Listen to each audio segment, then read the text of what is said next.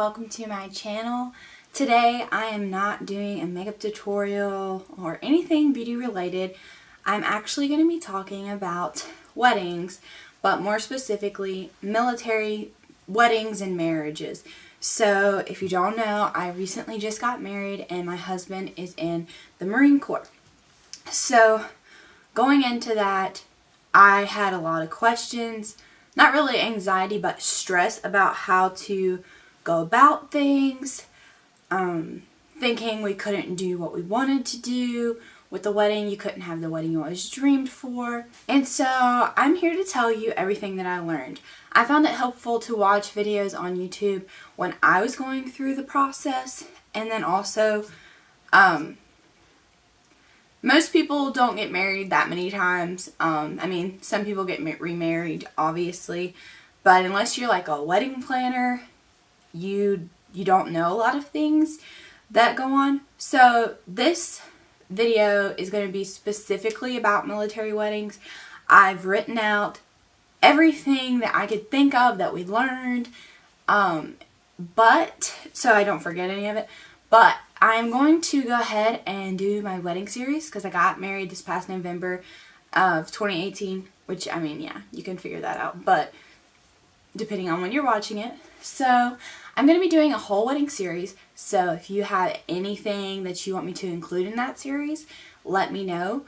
I already have a couple videos in mind, but if you have questions, things you want to see, just go ahead and let me know in the comments.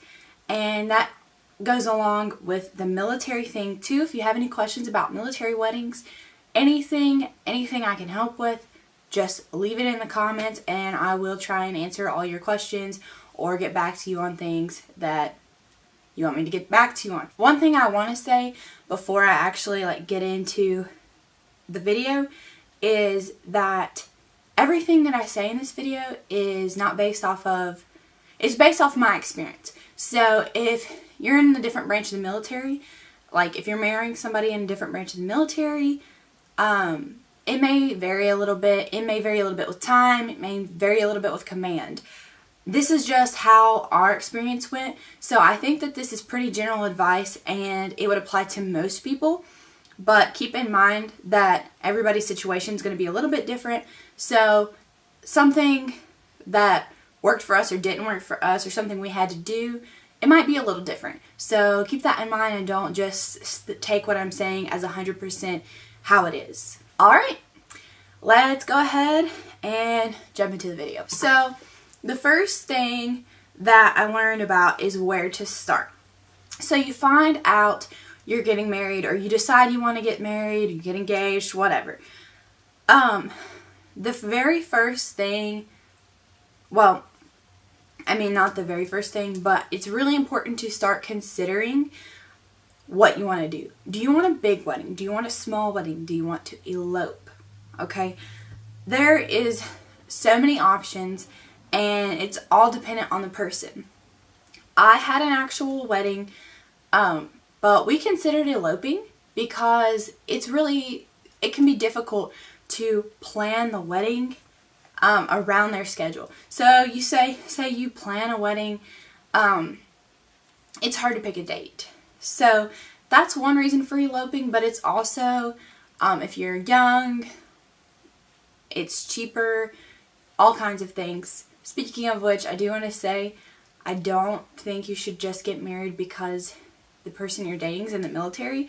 I am 18 years old and I am very young, but I feel very, very strongly about my husband, and we knew we wanted to get married before he even left for boot camp, and it wasn't because he was in the military. We didn't know when we wanted to get married until later on, but we wanted to get married. We loved each other very, very much. I believe that he's the one for me. He believes I'm the one for him. So with that being said, I'm just saying, and because I know that it happens, don't feel pressure to get married just because they're in the military and you can't see them.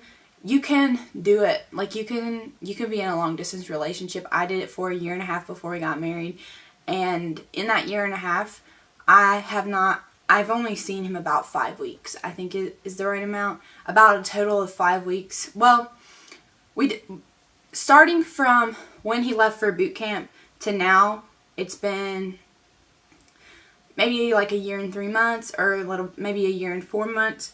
But in that time, we've only seen each other about 5 weeks in person. The rest of the time, he has been on deployment or stationed very far away. He's been stationed in Hawaii. I live in West Virginia, so that's quite a distance, and it costs a lot of money to visit. So anyway, I just want to put that out there. But back to what I was saying, when you're deciding where to start, so the first thing you want to do is talk to that person about what you want to do. If you've always wanted to have a wedding, you can do it. Doesn't matter that it's military. Doesn't matter if you have a smaller budget. You can make it work. We knew that he had post-deployment leave through a period of time. Like, we knew it was going to be through there. And so we planned the wedding during that time. And they didn't actually like approve his leave until like the week before the wedding, but we knew that there was very little chance of them doing that, or of not approving it. That being said, if you're planning, it doesn't matter if you're planning a short or a long engagement, one of the best times for the military to do it is pre or post deployment leave, because you almost know for sure they're going to get it. There is a chance that they won't, but the chances are higher for them to get that than to just get off on a random day that you choose. Also, if you live really close to where they're stationed, it would be easier to just do the wedding on any weekend. But with him living in Hawaii, getting him all the way to West Virginia for a wedding, you can't just do that on any weekend. So we actually did ours on a Friday, and it was at a very inconvenient time.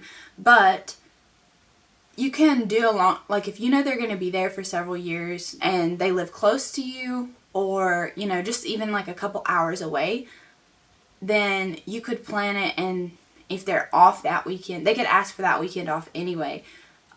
So you could have a longer engagement. So some more advice I have if you are having a shorter engagement is, even if you don't know if you're having a shorter engagement, the first thing you want to do, other than try and decide like what you're doing, is start making Pinterest boards. Even if you're not even engaged yet, I recommend this. I did this before we were engaged. Start looking at colors you like, everything that you like, because when it comes down to it, if I hadn't have done that, there's no way I could have planned my wedding in 2.5 months. It's very, very overwhelming. You don't even understand how overwhelming it is until you do it. I started planning I had a wedding binder before we got officially engaged, but we knew we wanted to get married eventually. But I started putting stuff in there, and I still did not know how overwhelming it was until I really started like choosing venues, looking at prices, and, you know, just colors are overwhelming. Like, just picking the colors you want, that's a hard decision. So you want to start that Pinterest board. If you're watching this video, it's probably a good time. But if you're watching this video for fun and you're not engaged, it's cool, because I did the same thing. But anyway, you want to start looking at that stuff, because it's going to help you in the long run. If you kind of have an idea of what you want, it's going to make the process a lot easier and allow you to do it faster.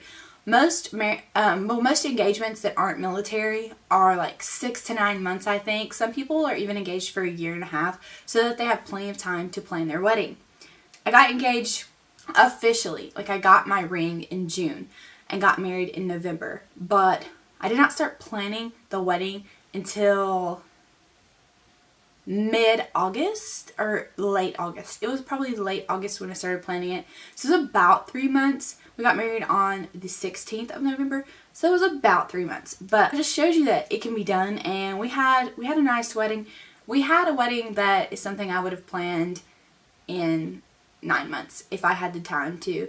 Like, obviously there's some things I would do differently, but that just happens with weddings in general, and I'll talk about that kind of stuff and how to save money in future videos during my wedding series. Another thing you need to do when you're first starting out is you need to get your significant other, fiance, whatever, to talk to their chain of command. So they need to let their chain of command know, listen, I'm planning on getting married.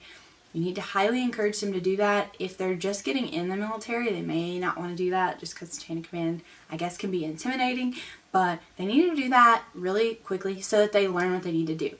My husband took a marriage course that I don't think you necessarily have to. Like, if they're off and you want to just go elope, you can. As far as my understanding is, you can just do it whenever you want. Like, the military can't stop you from getting married, but in order to please the chain of command and not like piss off their superiors, you want them to go talk to them. He took a marriage course on a Saturday, also filled out a packet, got the chaplain on his base to sign it. I had him mail me the packet so I knew what all we needed to do after we got married and everything like that. Okay, so moving on into the planning process, and these are just tips specifically for military. There's a lot more that goes into the planning process. Yet again, like I said earlier, I will include tons more information in future wedding series videos.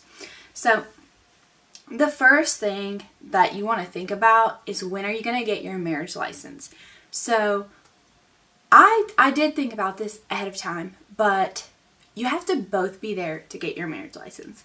So if they're coming in on a Saturday and you plan on getting married that day and you don't have your marriage license, you're not getting married. Most courthouses aren't open on Saturday, but even if they were, like, you have to have it, the marriage license, and then, so anyway, that's the first thing. So he came in, he was here a week when we got married. We got our marriage license, was it Monday or Tuesday? It might have been Tuesday.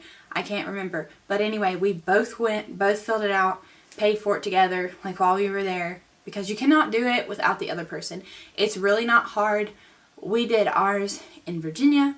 That's not the state we live in, but it was like $35, I think, to get it.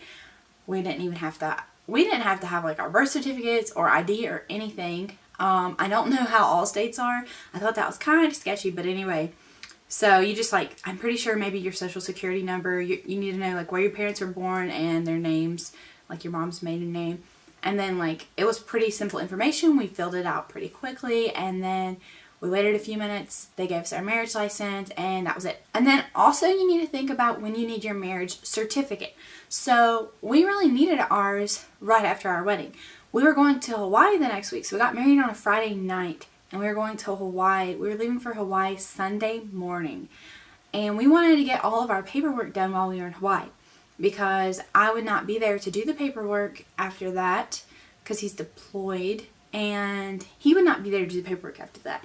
They told me that the paperwork process through the mail takes a really long time. They also told me that it would take me about 10 days to do the paperwork when I got there. That was not the case. We did the paperwork in about 2 hours, maybe 1 hour. It really did not take long at all. I think that they were exaggerating. I honestly thought that the whole time. Literally took us an hour, 2 hours tops. Very simple process. We only had to go to 2 places. We got me my ID card. We went in, like, let another office, I can't remember what it's called.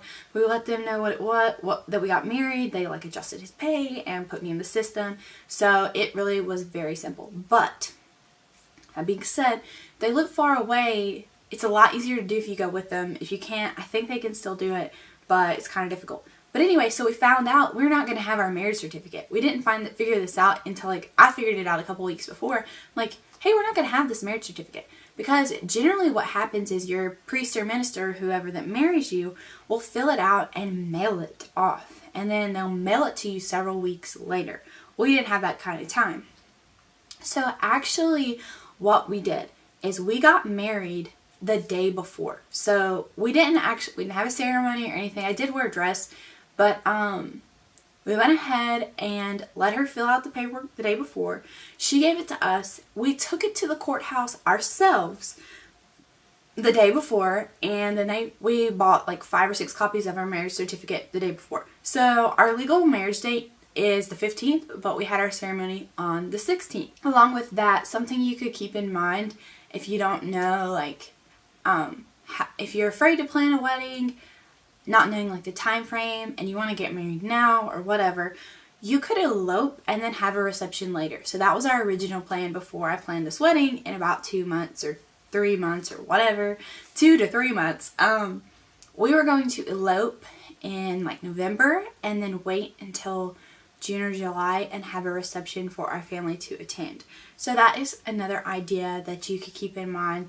If you wanted to do something like that, you could still wear a dress and everything to your reception. It'll be relaxed. You wouldn't have to worry about any of the military stresses anymore. I mean, you still would like getting them there, but it's just a good idea, I think. Also, when you're planning the wedding, you want to do two things. First of all, ask for military discounts. Not everywhere has them, but a lot of places do. One place I looked at, which is actually at the university I attend, offered a 50% off military discount on both the reception space and the ceremony space. They told me that they don't even offer discounts to the people that work at the university. So they offer discounts to military though. So 50% off is a very big discount. A couple other places I talked to also offer discounts, but like if you do a weekday or something, they might not give you a discount because weekdays are already discounted so much. But anyway, definitely look into that. Ask for it when you go get flowers, your venue, your food, your dress, all of it. Ask for a military discount. So another important thing to do while you're planning the wedding, when you're signing contracts, and you can do the same thing like if you're eloping, you'll have a lot less contracts. Like it depends if you just go get married and you just have like somebody marry you, or well, you're going to elope in Hawaii where he's stationed and you can like buy packages. Some of them weren't quite expensive. I mean, $2,000 to $4,000. Some of them more, some of them less, but they were pretty high price points I thought for just getting eloped or whatever. But they included like pictures and stuff. So that was, I mean, it was so cool. You want to ask for a military clause in all your contracts. So what a military clause is it saves you from losing all of your money if they can't make it to the wedding. So say your fiance, your husband, whatever, they can't come to the wedding. Say they get deployed and it wasn't planned, or they get deployed early, or they don't come back from deployment in time, or they just flat out don't let them come to their wedding. I don't know. But all the things that can go wrong in the military, a military clause in the contract that you sign prevents that from happening. So one venue I was looking at was really, really expensive. That's not where we ended up having it. It's where I really, really wanted it all along, but it was extremely overpriced. It was like $6,000 for a day, or $10,000 for a weekend. And that did not include food. It did not include decorations. It did not include music. It didn't include anything. And they had tons of decorations you could rent, but that was extra. Now, if I had all the money in the world, I would have loved to have done that, but it did not fit our price point at this time. Plus, it's just pretty ridiculous in general, but those people are making tons of money, so I mean, I need to open a wedding venue, right? So anyway, they allowed us to put in a military clause. So what it said was that we would not just like lose our date. So we had to what we would have to do is we had to cancel, if we had to cancel the wedding, we would have to reschedule the wedding within 1 year's time, but we wouldn't have to pay any more money.